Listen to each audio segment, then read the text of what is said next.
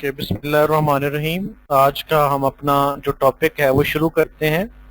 It is item analysis. इस topic के अंदर हम ये देखते हैं कि हमने जो टेस्ट, जब हमने कंस्ट्रक्शन की कल बात की तो उसके अंदर एक बात ये भी थी कि हमने आइटम सेलेक्ट करने हैं। आइटम सेलेक्ट करने के बाद आइटम को कंस्ट्रक्ट करना है। आइटम सिलेक्शन से मुराद हमारी थी कि हम सिलेक्शन करेंगे कि हम कौन सा क्वेश्चन दे रहे हैं। हम लॉन्ग क्वेश्चन देंगे, हम रिस्ट्रिक्टेड रिस्पांस क्वेश्चन देंगे, हम जो जो हमारा जो है एमसीक्यूज देंगे, ट्रू फॉल्स देंगे, क्या देंगे। जब हमने ये तय कर लिया कि क्वेश्चन की किस्म ये वाली होगी तो उसके बाद हम तय करते हैं कि हमने जो आइटम जो है वो कंस्ट्रक्ट करना है, हमने क्वेश्चन का स्टेम बनाना है, डिस्ट्रैक्टर्स बनाने हैं। तो उनके अंदर क्या खासियत होनी चाहिए, जो स्टेम और आइटम्स हम डेवलप कर रहे हैं उनके अंदर खसूसियात कौन सी होनी चाहिए, ये अब हम जो है वो इस अपने इस छोटे से टॉपिक मगर इम्पोर्टेंट टॉपिक में ये वाली चीज जो है वो डिस्कस करेंगे। सबसे पहले जो करेक्टरिस्टिक है वो है एटम डिफिकल्टी। जो आइटम एनालिसिस के अंदर जो तीन चीजें शामिल हैं उनमें सबसे पहले आइटम डिफिकल्टी है, डिस्क्रिमिनेशन पावर है, इफेक्टिवनेस ऑफ डिस्ट्रैक्टर्स है। ये तीन चीजों को आज हम डिस्कस करने जा रहे हैं यहाँ पर। सबसे पहले है item difficulty. Item difficulty deals with how difficult an atom is. Fine. ये हमें ये बात बताती है कि जो आइटम है वो कितना डिफिकल्ट है। It is indicated by the percentage of student who got it right. ये आइटम डिफिकल्टी का जो इंडेक्स है या आइटम डिफिकल्टी को जो हम कहते हैं कि कोई आइटम कितना डिफिकल्ट है, वो इस चीज से हम अंदाजा लगाते हैं कि टोटल स्टूडेंट्स में से कितने लोगों ने उसको दुरुस्त जो है उसका आंसर किया, उसको दुरुस्त अटेम्प्ट किया। इस चीज से हमें अंदाजा होता है कि आइटम जो है वो कितना डिफिकल्ट है। एक अच्छा आइटम ना तो बहुत ज्यादा डिफिकल्ट होता है और ना ही बहुत ज्यादा जो है वो कम डिफिकल्ट होता है, आसान होता है। अब जो डिफिकल्टी लेवल को चेक करने के लिए एक फार्मूला है फैसिलिटी इंडेक्स, ये जहां पर एफ से शो किया गया है। इसको निकालने के लिए हम एक स्टेप्स जो हैं वो 3 से 4 जो स्टेप्स हैं उनको यूज करते हैं, उनको यूटिलाइज करते हैं। लगा बड़े इनको हम यूटिलाइज करते हैं। तो वो उसके लिए सबसे पहले हमने ये करना है कि हम ना अरेंज करते हैं papers in order from highest to lowest. हमने तकरीबन 80 पेपर, आप फॉर एग्जांपल कह लें कि आपके पास 80 पेपर हैं और आपने इनको यूं रख दिया है कि हाईएस्ट नंबर वाले ऊपर और लोएस्ट नंबर वाले नीचे। जिस तरह से फॉर एग्जांपल एक बच्चे के 80 नंबर है, वो सबसे पहले पे आएगा, ऊपर नीचे नीचे नीचे नीचे यूं करके हम उन पेपर्स को अरेंज कर लेते हैं। उनमें से उन जो 80 पेपर हैं उनमें से 25% हाई स्कोरर्स और 25% लोअर स्कोरर वालों को अलहदा कर लेते हैं। तो 80 का 25% ऊपर वाला और 25% नीचे वाला, ये दोनों मिलके 50% हो गए कि 20 पेपर हाई टॉपर्स के जिनके सबसे ज्यादा नंबर हैं टॉप 20 के, और देन बॉटम 20 को हमने अलग कर लिया। अब इनके अंदर फॉर एग्जांपल हम क्वेश्चन नंबर 7 जो है जी, हमारा एमसीक्यूज नंबर 7 जो है, हम उसको अटेम्प्ट करना चाहते हैं, हम उसको उसका इंडेक्स लेवल चेक करना चाहते हैं, फैसिलिटी लेवल, डिफिकल्टी लेवल। तो हमने क्या किया कि calculate the correct responses of high and low achievers on each test item. जो भी आपका टेस्ट आइटम है, क्या हुआ,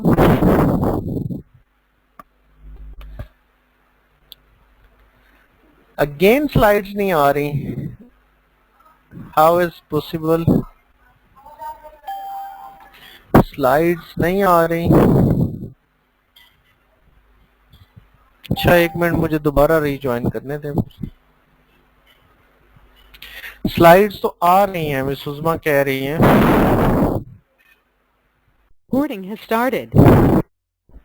अगर आपसे एमसीक्यूज इसी तरह से पूछा जाता है कि जनाब आप ये बताएं कि जो 28% वाला जो आइटम डिफिकल्टी लेवल है वो आप बताएं कि जी वो आइटम जो है वो बहुत ज्यादा डिफिकल्ट है या बहुत ज्यादा इजी है, तो आप क्या कहेंगे, इट इज टू डिफिकल्ट और इजी, ये बताएं जरा। अगर किसी का फैसिलिटी इंडेक्स जो है वो आता है 28।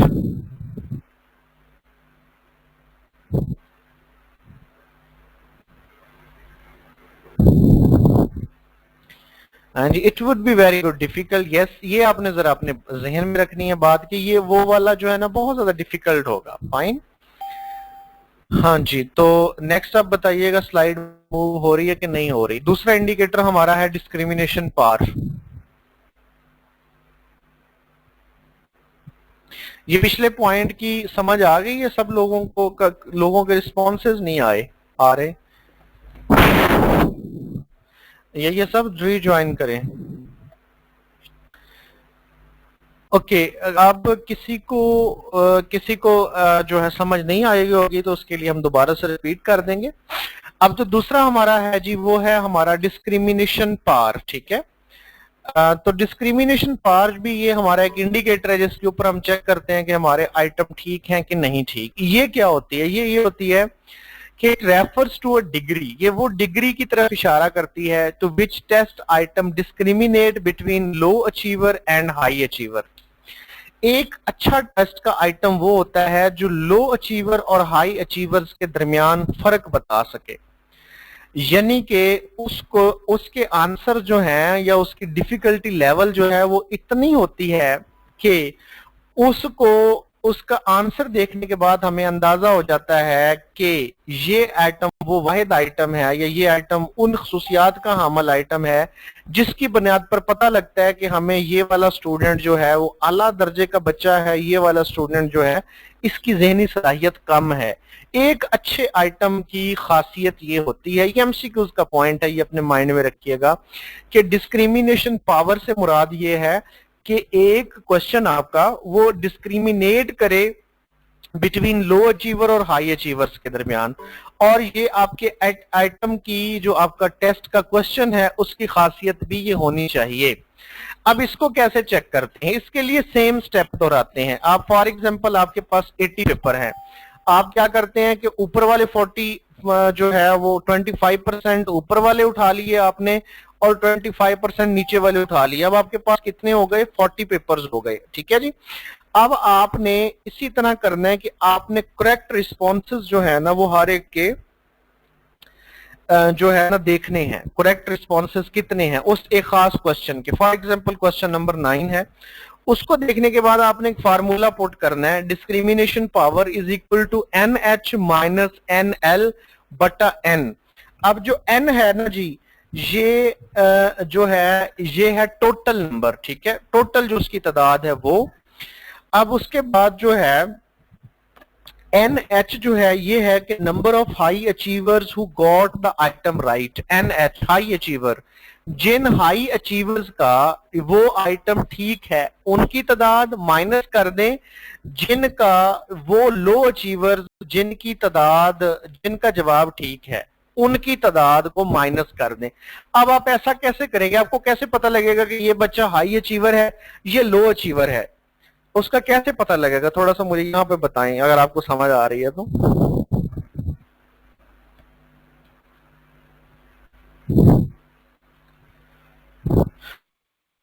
देखेंगे ना, क्योंकि हमने उनको इस तरह से क्या किया है कि हमने टॉप टू लोएस्ट नंबरों वाले, टोटल नंबरों वाले, एक क्वेश्चन के नंबर नहीं टोटल नंबरों वालों को हमने अलग-अलग कर लिया है। अब जो ऊपर वाले 25% हैं उनमें से देखेंगे कि इतने बच्चों का जी ये जवाब दुरुस्त है, और जो नीचे वाले 25 बच्चे हैं उनमें से देखेंगे कि ये जवाब सही है।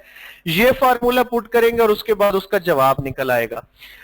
Value of D, keep it in mind, value of D, discrimination power की वैल्यू एक्सेप्टेबल तब होती है जब ये 1 से लेके 0.3 0.30 तक हो, एक्सेप्टेबल होती है, और इससे नीचे या इससे ऊपर जो है ये एक्सेप्टेबल नहीं होती। वैल्यू अगर 1 हो उसका मतलब है कि जो आपका आइटम है वो 100% डिस्क्रिमिनेशन कर रहा है, उसके अंदर ये 100% खसूसियत है कि वो एक अच्छे और एक लो अचीवर बच्चे के दरमियान फर्क वाजे कर सके। नाउ इज इट क्लियर, ये क्लियर हो गया आपको?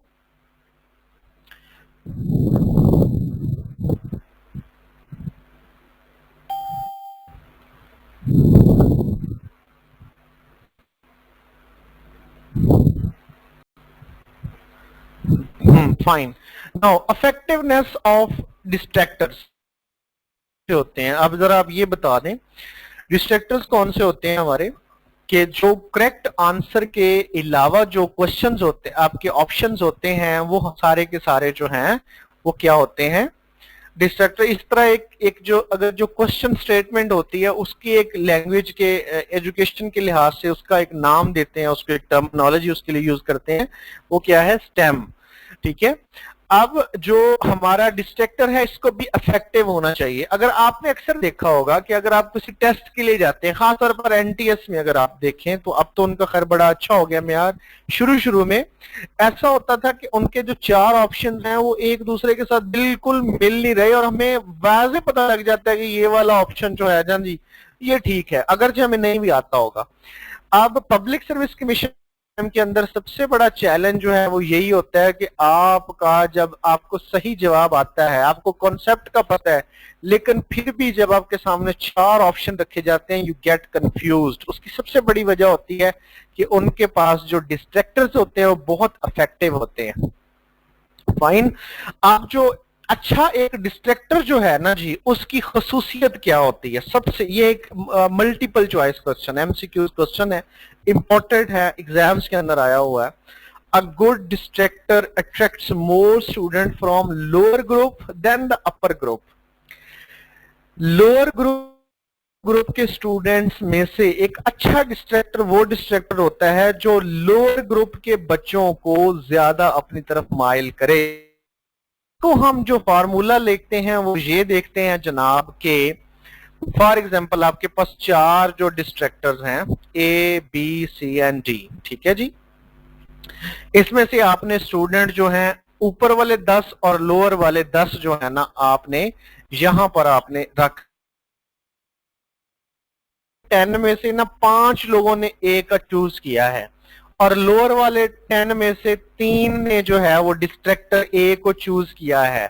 तो आपके ख्याल में ये अच्छा डिस्ट्रैक्टर है या बुरा डिस्ट्रैक्टर है? अ गुड डिस्ट्रैक्टर ग्रुप,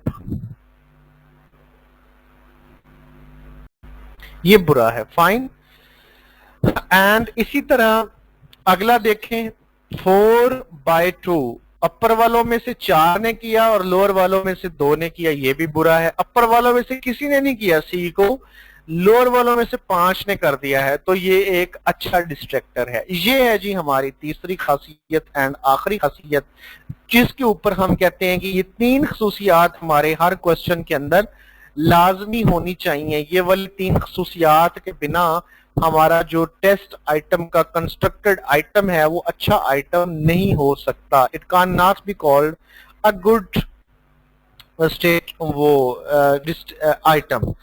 अच्छा, इसके लिए अब नेक्स्ट जो है इस चैप्टर के हवाले से कुछ नहीं रह गया। आप अपनी क्वालिफाई बुक्स उठाएंगे एंड आपने जनाब जो